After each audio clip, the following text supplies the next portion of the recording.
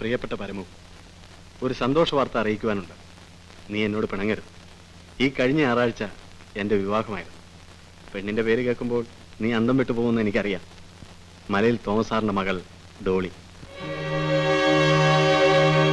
നേരിൽ കാണുമ്പോൾ എല്ലാം വിശദമായി പറയാം. മനഃപൂർവ്വമാണ് നിന്നെ വിവരം അറിയിക്കായിരുന്നത്. തൽക്കാലം നീ നാട്ടിൽ വരുന്നത് നല്ലതല്ല എന്ന് കരുതി. സന്തോഷ വാർത്ത എന്ന് ഞാൻ ആദ്യം എഴുതിയല്ലോ, അല്പം ദുഃഖം കൂടിയുണ്ട്.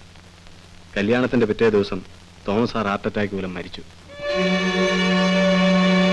ഭാഗ്യത്തിന് ഞാൻ വീട്ടിലില്ലായിരുന്നു. ഉണ്ടായിരുന്നെങ്കിൽ ഞാൻ കൊന്നതാണെന്ന് നാട്ടുകാർ ചിലപ്പോൾ പറഞ്ഞേനെ. നിന്നെ കാണണമെന്ന് ആഗ്രഹമുണ്ട്. എങ്കിലും തൽക്കാലം ഞാൻ അത് മനസ്സിൽ ഒതുക്കുന്നു. നിനക്ക് സുഖം തന്നെയല്ലേ? ഭൈമിയെ അന്വേഷിച്ചതായി പറയണം. നിർത്തട്ടെ. സ്വന്തം ജോണി. എടാ കള്ള കഴിവേറി. നല്ല ചേലല്ലേ? നീ ഇന്ന് കാവല് വരുന്നോ? എന്തിനാ?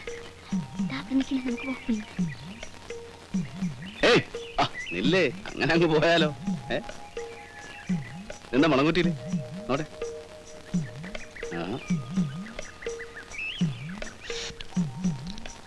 നല്ല ഒന്നാന്തരം തേൻ. ഇതാർക്കാ? ഭൈമി തമ്പ്രാട്ടിക്കാ. ഓ, ഭൈമിക്ക്. ഭൈമി തമ്പ്രാട്ടി. അല്ല, അപ്പൊ എനിക്കൊന്നുമില്ല. നിങ്ങള് പേര് പറഞ്ഞില്ലല്ലോ. ഞാൻ തങ്ക, ഇവള് മാല. നല്ല പേരാണല്ലോ. മൂപ്പന്റെ മക്കളാണല്ലേ? അല്ല, എനിക്കൊന്നും ഇല്ലേ. ഞങ്ങൾ തന്നാ തമ്പ്രാൻ കഴിക്കോ? ഞാൻ തിന്നുകളയും. നാളെ രാത്രി പൊങ്കലിന്റെ തുള്ളല്. തമ്പ്രാനും വരണം, വല്യമ്പ്രാനും വരണം. ഞങ്ങൾ വരുന്ന വരും. എന്റെ ഓച്ചറപ്പരദേവരെ, ആ വിരുന്ന് മുഴുവൻ എന്നെ കൊണ്ട് തീറ്റിക്കണേ.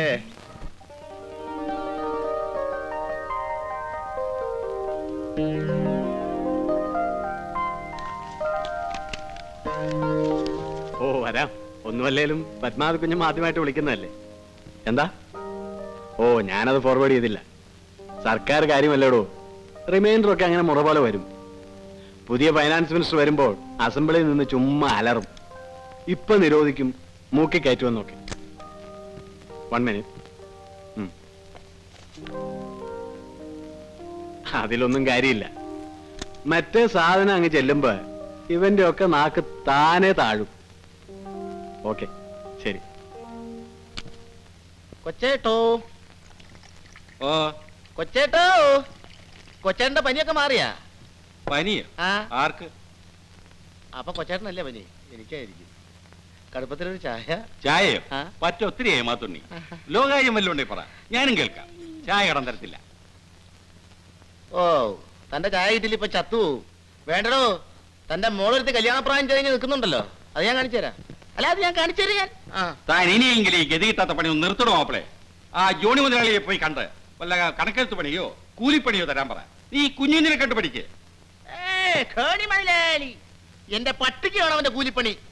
കൊടി കെട്ടിയ കുറെ മുതലാളിമാരെ കണ്ടിട്ടുള്ളവരായി ഞാൻ. പിന്നെ ആയി പുതുമനുശീലക്കാരെ. അങ്ങനെ കൊച്ചാക്കാതോ മാത്തുണ്ണി? ജോണി അല്ലാതെ ഏത് മുതലാളി അവിടെ കൊടി കെട്ടിയത്? ഉണ്ണിത്താന്റെ ചെരുപ്പിന്റെ വിലയുണ്ടോ താനീ പറഞ്ഞ കോണിക്ക്? ഏത് ഉണ്ണിത്താനാണോ? ജയിലിൽ കിടന്ന് മരിച്ച ഉണ്ണിത്താനോ? അയാൾ മരിച്ചിട്ട് വർഷം രണ്ടായില്ലേ? ആയിക്കോട്ടെ. കൊച്ചേട്ടാ, പറ്റത്രയാ? 2 രൂപ. തന്റെ ജോണി മുതലാളി ഉണ്ടല്ലോ. മുതലാളിയെ കുറിച്ച് അക്ഷരം പറഞ്ഞാൽ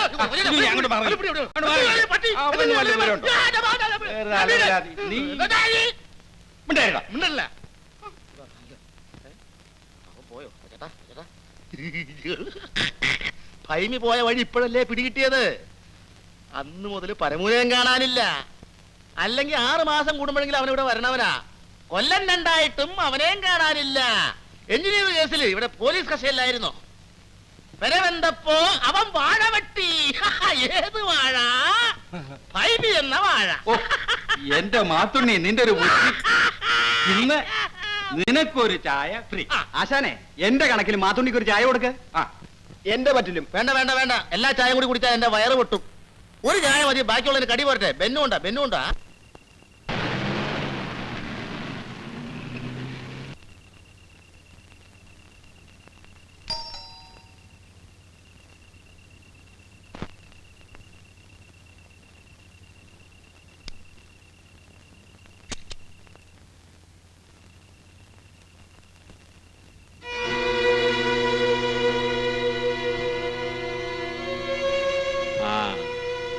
ആ കാറിന്റെ ഫ്രണ്ട് സീറ്റ് പാക്കറ്റ് ഉണ്ട്, അതിനടുത്ത്.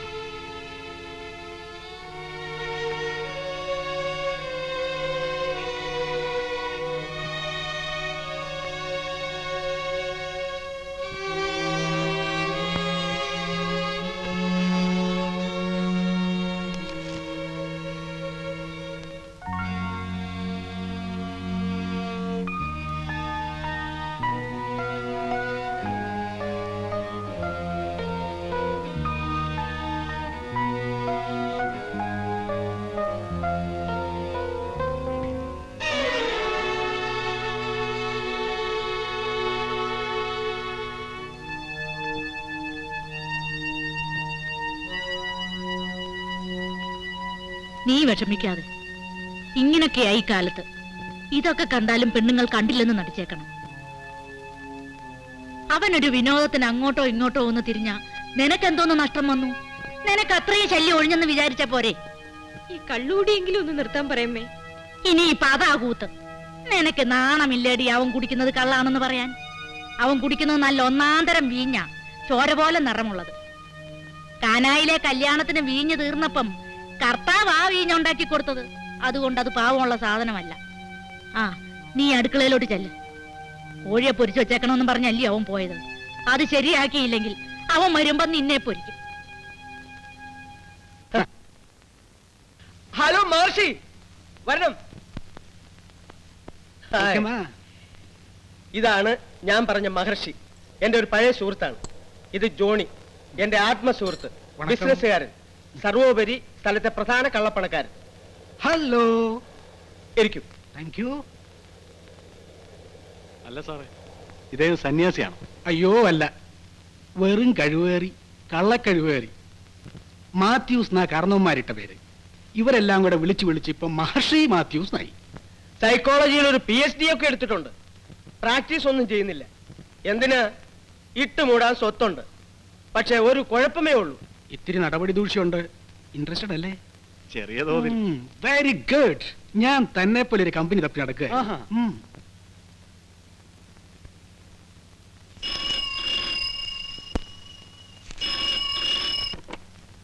Hello, yes, McPherson here. എപ്പോ? ജാമ്യം കിട്ടിയില്ലേ? എസ്റ്റേറ്റിലെ കാര്യം വല്ല മെൻഷൻ ചെയ്തിട്ടുണ്ടോ?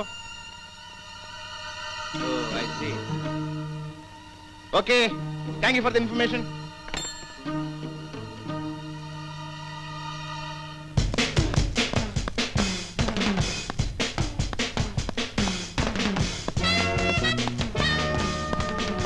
വണ്ടി എടുക്കുക.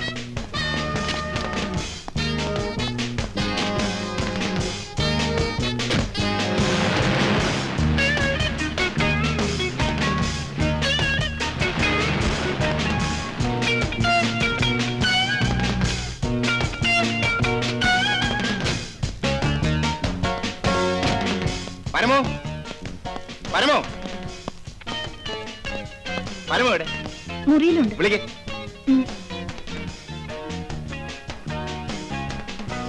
അങ്ങോട്ട് ചെല്ലേ. എന്തോ കുഴപ്പമുണ്ട്.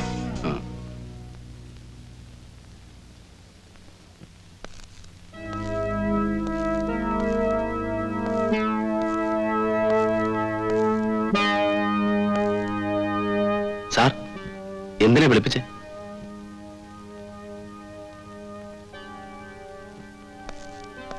എന്താ സാർ? എന്ത് പറ്റി സാർ? വരും.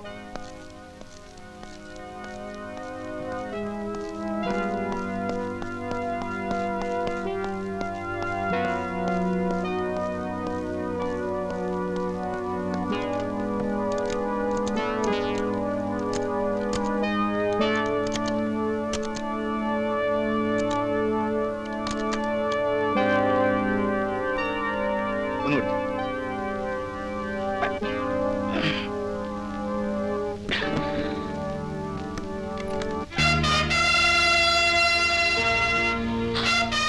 എന്റെ പരദേവതേ,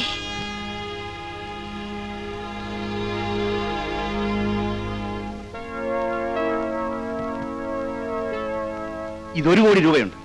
നമ്മുടെ ബോംബെ ഏജന്റ് പോലീസ് കസ്റ്റഡിയിലായി. ആ റാസ്കൽ എല്ലാ വിവരങ്ങളും പോലീസിനോട് പറഞ്ഞു. ഏത് നിമിഷവും ഇവിടെ റെയ്ഡ് ഉണ്ടാകും. അതിനുള്ള ഈ പെട്ടി ഇവിടെ നിന്ന് മാറ്റണം. നിന്റെ നാട്ടിൽ എവിടെയെങ്കിലും കൊണ്ടുപോയി ഒളിപ്പിക്കാൻ പറ്റൂ. പറ്റില്ലെങ്കിൽ പറയേ.